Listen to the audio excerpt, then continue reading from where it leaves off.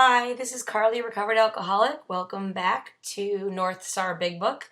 We are on to the foreword to the second edition. If you are just joining us for the first time, welcome. You can start with the first podcast episode and then last week and this week. I am a recovered alcoholic and I take people through the Big Book. I love doing that. It's my absolute favorite thing to do in AA, and I hope that this helps you. This is called North Star Big Book because the North Star is what sailors use when they're in the dark and they can't find their way home, and that's what I use in life with the Big Book. So we are in the foreword of the second edition. I wrote a couple of things on the top of the page. I wrote, why haven't we found it necessary to change? So we're still talking about why aren't we changing this? Why don't we move all the he's to she's or they's or hers? Why don't we take all the gods out because that's offensive? And basically there's been tons of conferences and fights and all sorts of stuff about it.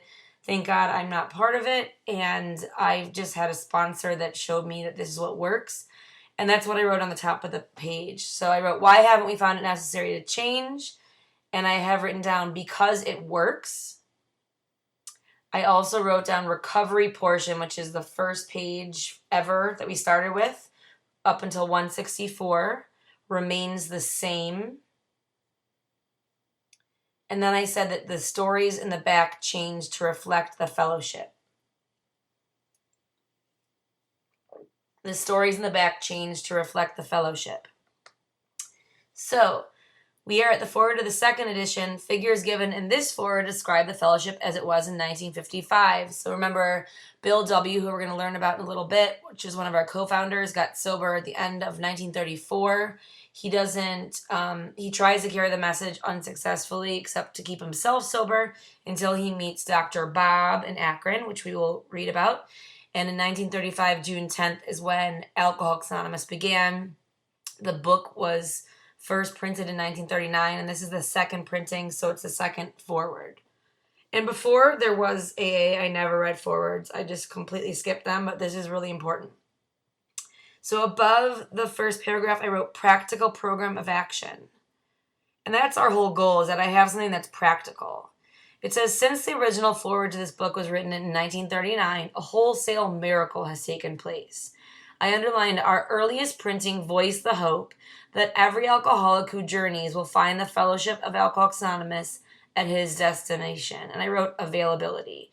So I want to make sure this is available and that this is attractive and effective. And I always think about this, like in this day and age with social media and computers and the internet and all the modern abilities we have, these two dudes back in 1935 got together. They were both drunks who lived in different states, and they said, we need to pass this on. And they went to alcoholic number 3, and then number 4, and then number 5, and then there were 100, and then they wrote the book, and then there were thousands, and now there's like 2 million worldwide. And if you told me that if my life depended on it, I needed to take me and one of my girls, and we needed to create Alcoholics Anonymous Part 2, and we needed to get 2 million people to follow us, it would never happen, even with all of the advantages that we have that they didn't have, which just reminds me that this is divinely inspired and amazing. It says, already continues the early text, 2s and 3s and 5s of us have sprung up in other communities. 16 years have elapsed between our first printing of this book and the presentation in 1955 of our second edition. In that brief space, Alcoholics Anonymous has mushroomed into nearly 6,000 groups whose membership is far above 150,000 recovered alcoholics. And I circled the word recovered and highlighted it. And they're promising me that I'm no longer going to have a seemingly hopeless state of mind and body. I wrote on the side, the book is how the fellowship grew. Members shared what they did from the book. So I wrote, the book is how the fellowship grew. And I wrote, members shared what they did from the book. So they didn't walk around telling them about their program. They talked about the book. And then they talked about what was in the book. And that book was translated into many different languages. It says, Groups are to be found in each of the United States and all the provinces of Canada. AA is flourishing communities in the British Isles, the Scandinavian countries, South Africa, South America, Mexico, Alaska, Australia, and Hawaii. All told, promising beginnings have been made in some 50 foreign countries and U.S. positions. It says some are just now taking shape in Asia. Many of our friends encourage us by saying that this is but a beginning, only the augury of a much larger future ahead. The word augury means omen, and that this is what they started, what Bill W. in that hospital started when he thought to himself, there's got to be other people that need this help. And then he went out and talked to all these other people until he found Bob. That's just crazy. So it says, the spark that was to flare in the first AA group was struck at Akron, Ohio in June 1935 during a talk between, I underlined, a New York stockbroker, and above that I wrote Bill W. Because when I first was taken through this book, I didn't know who was who, and I want to know who I'm talking about. I want to feel comfortable with that. So Bill W. is the stockbroker from New York. We're going to read about him in Bill's story. He's a real character. And then there's the Akron physician I underlined, and that's Dr. Bob. I've heard people in AA say we all have a little bit of Dr. Bob and Bill W. in us. I unfortunately have a lot more Bill W. in me than Dr. Bob, but Dr. Bob was really heavily into the book and the steps, so that is exciting to me. It says 6 months earlier, the broker had been relieved of his drink obsession by a sudden spiritual experience, which we're going to read about. And just FYI, if you haven't had one, that doesn't mean you can't be here. There's another thing called a spiritual awakening, which happens slowly. Spiritual experience happens quickly. It says, following a meeting with an alcoholic friend, I underlined an alcoholic friend, and I wrote above that Ebby. E is in Edward, B is in boy, B is in boy, Y. That's Ebby. We're going to read about him, and that was in November of 1934. Again, all this information I have in my book just so I can know what I'm talking about, so I can be proud of where I came from and I can share it with others. So Ebby is basically Bill's drinking buddy, who we're going to read about in a little bit. He came because he was involved in something called the Oxford Group, which we're about to read about. The Oxford Group was the first, and I wrote this on the side next to where it says Oxford Group, because it says an alcoholic friend who had been in contact with the Oxford Groups that day. So I bracketed the word Oxford Group and I wrote, first to use spiritual principles with alcoholics and concept of alcoholics working together. First to use spiritual principles with alcoholics and concept of alcoholics working together. And they had 6 steps, and we're going to go over those in a minute. Ebby, I made a little arrow next to where it says an alcoholic friend, and where I wrote Ebby. On the top, I wrote, had spiritual experience and immediately did 12-step. So Ebby got sober through the Oxford Group. 2 guys showed up in court when Ebby was in court because he was going to be committed for alcoholic insanity, which is what used to happen to us alcoholics. And he had a massive spiritual experience as a result of doing the Oxford Group's 6 steps. And then he immediately started carrying the message. And within 2 months, he was carrying it to his drinking buddy, Bill W., which is how we ended up finding about sobriety. It says, he had also been greatly helped by the late Dr. William D. Silkworth, a New York specialist in alcoholism who is now accounted no less than a medical saint by AA members and whose story of the early days of our society appears in the next pages. And we're going to go over that also. One thing I have written on the top of the page, I wrote twofold illness, and I wrote body and mind. So I have a body illness and a mind illness. The body part is the physical craving. The mind is the mental obsession. These are just new concepts we're going to talk about with our new person. And when we start really getting into it, we're going to go into the details about what that means. But I've got a body that physically craves alcohol once I put alcohol in it. And I've got a mind that has an obsession about it. Obsession is a thought that blocks out all other thoughts. So I underline where it says, from this doctor, the broker had learned the grave nature of alcoholism. I have a red little marker that I keep with me during Big Book, and I underline anything that's like life and death and super serious in red. So when I'm leading or when I'm working with a girl and I'm flipping through my book, anytime I see red words underlined, I can read them out loud to share the gravity and the intensity of this disease, because sometimes I'm accused of being really intense about sobriety, and I'm like, yeah, but death is kind of intense too. So right here I underline in red, grave nature of alcoholism. And they're talking about life and death. It says, though he could not accept all the tenets of the Oxford group, he was convinced of, and then I underline the rest of the paragraph, and this is the Oxford group's steps. So first we're going to underline it, and then we're going to go over it, and I'm going to identify the ones that we've taken from it. And I circle the words, the need, because it's like a big deal. The need for, I underline moral inventory, confession of personality defects, restitution to those harmed, helpfulness to others, and the necessity of belief in and dependence upon God. I wrote on the side, practical program of action. So that was the Oxford group steps. We're going to go back over what we just underlined. Where it says moral inventory, I wrote 4. Where it says confession of personality defects, I wrote 5 through 7. Where it says restitution of those harms, I wrote 8 and 9. And then where it says helpfulness to others, I wrote 10, 11, and 12. And then where it says the necessity of belief in and dependence upon God, I wrote 11. So that's our action steps right there. And I also wrote on the side December 10th through 12th, 1934. December 10th through 12th, 1934. So Bill did those steps in those two or 3 days. It says prior to his journey to Akron, the broker, I underlined the broker again, and I wrote Bill W. because, again, the new girl's not going to remember who's who. She doesn't even remember my name at this point. Bill W. had worked hard with many alcoholics on the theory that, I underlined, only an alcoholic could help an alcoholic. I wrote on the side, Bill was alone at this point. Here's my favorite deal. Bill was alone at this point.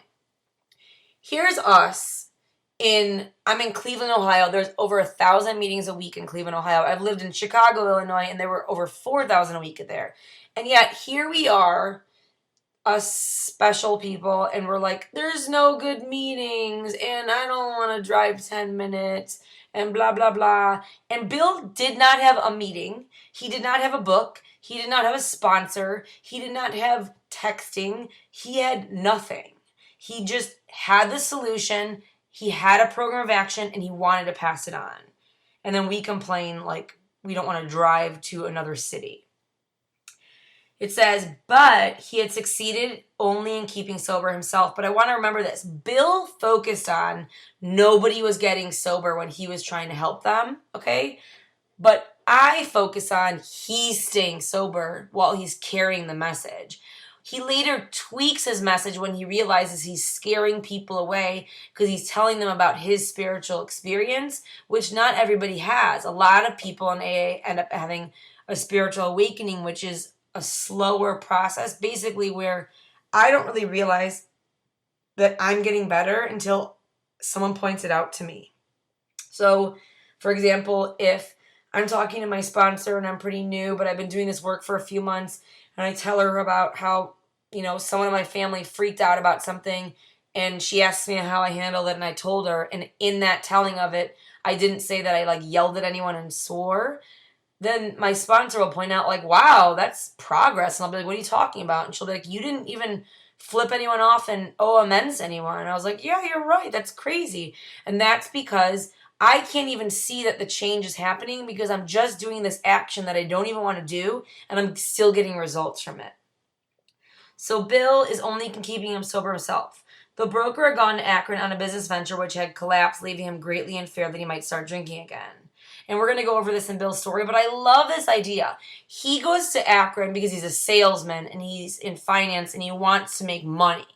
And the business venture doesn't work. And he's so broke that he cannot even leave Akron. And he's lost and confused. And he ends up in a position where he ends up working with Dr. Bob, which creates Alcoholics Anonymous. But if I was Bill, and I just looked at my failed business and no one's staying sober, at that time he probably thought, this is the worst thing that's ever happened, and I can't believe my life is going this way. But when you step back from the picture and you pull it back farther, you realize he ended up creating Alcoholics Anonymous. So the reminder for me is that I don't always know what is good and not good for me. It says, I underline, he suddenly realized that in order to save himself, he must carry his message to another alcoholic. I circled the word must. They do not use it often in this book, but when they use it, I need to pay attention. And I really want to pay attention to in order to save himself. So in order for me to stay sober, I need to be willing to carry the message. What you do with the message is not my business, and it's not going to make or break my sobriety. But whether I do or do not carry the message to you will. I wrote on the side, strenuous work with an alcoholic is vital. Life and death. Strenuous work with an alcoholic is vital. And they use the word strenuous in this book, which is why I have that written down on the side. Strenuous is vigorous. It's a lot. It's not like once a year on my anniversary. It says that alcoholic turned out to be the Akron physician. The next paragraph above it, I wrote some notes about what we're going to want to do when they're guiding us about doing 12-step work. So I wrote, tell them about the illness.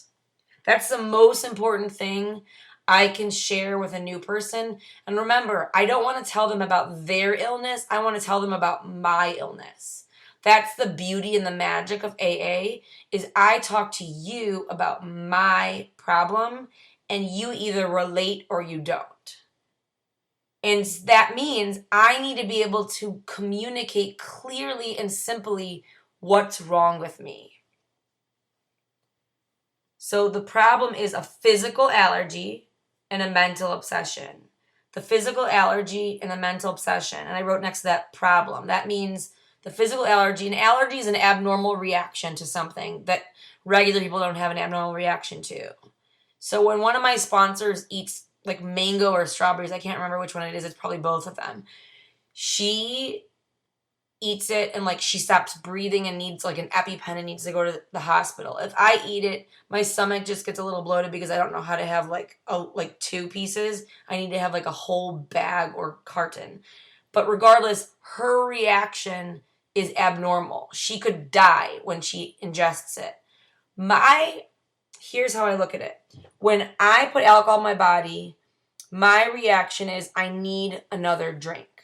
I have a physical craving that gets turned on like a switch, and I need another drink. When my husband takes his one beer or one little glass of whatever he's drinking, that's it. His reaction is, that was nice. It settled me down. I'm out. I can't drink anymore because I'll fall asleep. My reaction is abnormal, and I want more. In fact, after I have the first drink, I need the second drink. And after the fourth drink, I want the fifth drink more than I wanted the second drink. And my physical craving grows and grows and grows. So it says, this physician had repeatedly tried spiritual means to resolve his alcoholic dilemma, but had failed. So Dr. Bob is a physician. He's a proctologist, which we learn later on. And he tried to get sober on his own, and he tried spiritual means, but he couldn't stay sober. It says, but when the broker gave him Dr. Silkworth's description, so when Bill W. shared what Dr. Silkworth shared with Bill, which was of the mental obsession and the physical allergy, Dr. Silkworth is who gave us step one. When Bill shared step one with Dr. Bob, and he identified the problem. So it says Dr. Silkworth's description of alcoholism and its hopelessness. I underlined description of alcoholism and its hopelessness. I circled and its hopelessness. And in red, if you're going to do that red marker like I did, or red pen, I underlined its hopelessness because that's a pretty desperate word. Above the word description, I wrote problem. And on the side, I wrote 3 items, and I numbered them. I wrote number 1, problem. Number 2, solution. And number 3, spiritual experience. So those are the 3 things I want to share when I'm working with somebody. The problem, the solution, and how I got the spiritual experience. So it says when the broker gave him Dr. Silkworth's description of alcoholism and its hopelessness, the physician began to pursue, I underlined, the spiritual remedy for his malady with a willingness he had never before been able to muster. Above his malady, I wrote solution. So the spiritual remedy that we offer in AA is the 12 steps. Step 1 is identifying the problem. Step 2 is identifying the solution. Step 3 is making the decision. Do I want to do something different about this? Steps 4 through 9 is clearing out what's blocking me, which I'm going to talk about in a little bit.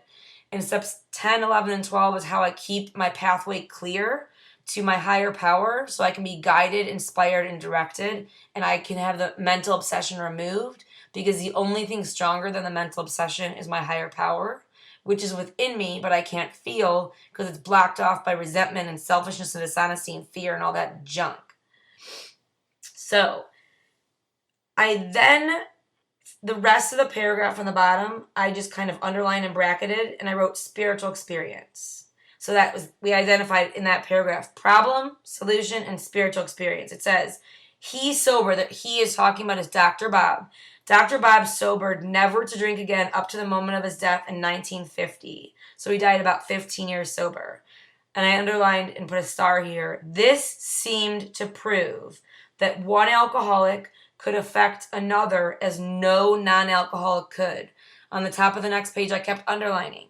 It also indicated that strenuous work, one alcoholic with another, was vital to permanent recovery. So I'm going to write a bunch of stuff here. Above this underlined part on the top of the next page, I wrote insurance policy in quotation marks. And the insurance policy that we're referring to is the strenuous work. The book is telling me that if I do this strenuously, one alcoholic with another, sitting down, giving my time, giving what was given to me freely, giving it freely without expectation, that I will be able to have permanent recovery. That's a pretty awesome promise. And then I wrote direction on the top of that part we just underlined because they're being very clear about it. And then in my red marker, I underlined vital, where it says was vital to permanent recovery. And above the word vital, I wrote life and death. And then after the word recovery, in that little space before the next paragraph, I wrote what we need for permanent recovery. What we need for permanent recovery. And then in parentheses, I wrote strenuous work with alcoholics. So the Big Book of Alcoholics Anonymous, which was written by the first 100 men and women, are telling me what I need in order to recover and become recovered is to strenuously work with other alcoholics. On the top of the page, before I get into the next paragraph, I wrote, Bill knew the problem. Bill knew the problem. And I underlined the word knew that I wrote. Bill knew the problem. And in parentheses, I wrote 1933. We'll learn in his story that he knew what was wrong with him in 1933. I knew what was wrong with me in 1992 when my parents got sober. I didn't get sober until 1999. So it says Bill knew the problem in 1933, and then I wrote next to that, knowing the problem won't solve it. Knowing the problem won't solve it. So my problem isn't a lack of information. My problem is not a lack of information, and my problem isn't that I don't know what my solution is. My real problem of most alcoholics is application. Am I willing to consistently do this work so I don't have to live in the problem and I can live in the solution? Okay. The next paragraph says, hence the two men set to work almost frantically upon alcoholics arriving in the ward of the Akron City Hospital. The reason why they were frantic is they had something that they'd never had before, which was a spiritual awakening. And they were starving to pass it on. And they knew within themselves that they had to do that in order for them to stay sober. I underline the next sentence, and it says, their very first case, a desperate one, recovered immediately and became AA number 3. I double underlined a desperate one, and I wrote above that Bill Dodson, that's D as in dog, O, D as in dog, S as in Sam, E as in Edward, N as in Nancy, Bill Dodson, and I wrote AA number 3. And then I highlighted that word recover because there it is again, promising me again that I'm going to become recovered. And it says immediately, as soon as he was given the solution and applied it, he recovered. So if you've ever seen a picture of the two old alcoholics in black and white and the man on the hospital bed, the man on the hospital bed, I believe, is Bill Dodson. I wrote on the side, tell the new guy about the exact nature of the illness. Tell the new guy about the exact nature of the illness. I want to be specific and I want to have details when I talk about this so they know that I know what I'm talking about. He never had another drink. This work at Akron continued through, I underlined, the summer of 1935. So Bill W. actually couldn't get any work. He stayed in Akron from when he got there in June and through the summer of 1935, and him and Dr. Bob and Bill Dodson went out and helped random drunks. It says there were many failures, but there was an occasional heartening success. When the broker returned to New York in the fall of 1935, the first AA group had actually been formed, though no one realized it at the time. And they're talking about Akron. A second small group promptly took shape at New York, to be followed in 1937 with the start, I underlined, the start of a third at Cleveland. And above that I wrote Borton. B as in boy, O-R, T as in Tom, O-N as in Nancy. The Borton group, many people argue about this, but my sponsor is adamant about it and I believe what he has to say. The Borton group in November of 1937 is supposedly the longest standing Alcoholics Anonymous meeting that never has closed since it started. There are many others that are still around, and we feel very proud of this. I admittedly did not even know one existed within like 20 minutes from my current house at the time until I met one of my sponsors at a meeting. It says, besides these, there were scattered alcoholics who had picked up the basic ideas in Akron or New York who were trying to form groups in other cities. By late 1937, I underlined the number of members having substantial sobriety time behind them was sufficient to convince the membership that a new light had entered the dark world of the alcoholic. A couple of things that are super important.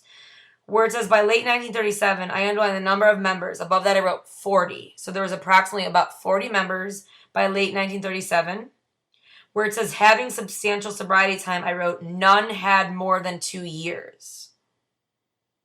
Nobody had more than 2 years. Bill W. had the most sobriety, and he got sober in the winter of 1934. And I wrote on the side, spiritual fitness is what matters. Spiritual fitness is what matters. The reason why I stop and pause and talk about this is really important. The people who wrote this book are telling me here that the substantial members, which was 40, none had more than 2 years, and they were going out and carrying the message everywhere. And that completely obliterates any notion that I have heard in the rooms of Alcoholics Anonymous by well-meaning people who are telling people things that are not Alcoholics Anonymous based, that you need to have a certain amount of sobriety in order to sponsor. And I'm just super grateful that Bill W. and Dr. Bob did not abide by the you need to have a 1 year of sobriety or 5 years sobriety in order to be a sponsor. Because if they did, I would be dead. So the book tells me it doesn't matter how long I've been sober, it matters, am I spiritually fit? Now, just to be clear, of course it matters how long someone has been sober. That's amazing. Their experience, strength, and hope, and wisdom, and consistency, and life, stuff to share with us is one of the most beautiful and valuable parts about AA. And I respect old-timers, and I'm so grateful for them showing up consistently. But what they're telling me here is in order to carry the message, I don't have to be sober a long time. I just need to be spiritually fit. And then where it says sufficient, I triple underline that because they're saying that this was enough to convince the membership, and I underline a new light had entered, and here's my red marker, the dark world of the alcoholic. So if I just step back for a second and look at these 2 pages open, my red marker has identified grave nature, its hopelessness, vital, and the dark world of the alcoholic. So just on this random page, I have the super depth and weight of AA here. It says, it was now time the struggling groups thought to place their message. I circled their message and I wrote 12 steps. So their message is not, to be clear, don't drink and go to meetings. The message of Alcoholics Anonymous is not 90 meetings in 90 days. The message of Alcoholics Anonymous is the 12 steps. It says it was now time the struggling groups thought to place their message and unique experience before the world. This determination, I underline determination, and that's what we have to have when we want to carry this message, bore fruit, I underline, in the spring of 1939 by the publication of this volume.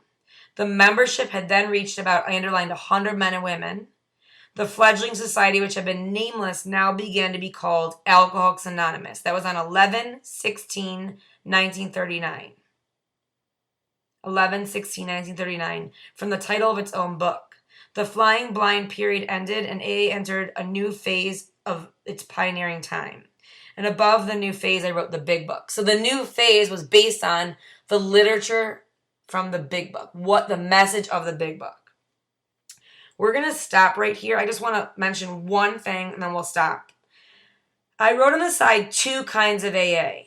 And I got this from a Joe and Charlie recording that I listened to in my home group. There's 2 kinds of AA. And again, this is not judging. It's just the facts. Number 1, there's the fellowship of AA. And this is not the fellowship that the book is written about. It's the fellowship like the people that go to meetings and that come after for coffee and hang out and do like parties and all that. And, do potlucks and tell each other that they love them until they can love themselves, and encourage the new person to not drink, go to meetings, and not to rush into the steps, and not to rush into the book, and, we don't want to overwhelm you. Again, I truly believe in my heart, are well-meaning. Nobody is trying to harm the new person, but this is what they know because this is all they were given, whether it's because of the introduction of treatment centers and all of that lingo. But what the fellowship of AA that Joe and Charlie identified in my recording is they questioned the need for all of the program. Question the need for all of the program. And underneath that I wrote cafeteria style. So that's the whole idea about take what you can and leave the rest. Like that I can walk down the aisle of AA and take this but not that, and a little bit of this and not that. My mom's sober in AA, and she's like a slogan. She loves slogans. And whenever she hears take what you can and leave the rest, she says, and may you rest in peace. Because this is not something that I get to choose. It's all or nothing. So there's the fellowship of AA that question the need for all the program, cafeteria style. And then number 2 is the book of AA. And that's the program of recovery. And I wrote all of it in parentheses. So again, I'm either going to do it cafeteria style. The book tells me that half results will give me nothing, or I'm going to do it all. And the real question I would like to ask you and ask anyone who's relapsed and come back, and this is not in a judging way, this is just my truth, is can you honestly say that you were taken through the book from the cover until 164, and that you followed every single direction and you never stopped and it didn't work? And if you can't say that you did that, then why not give it a chance? Thank you so much for your time. I'm sorry I went a little bit over. I hope you have an awesome day. That's your choice.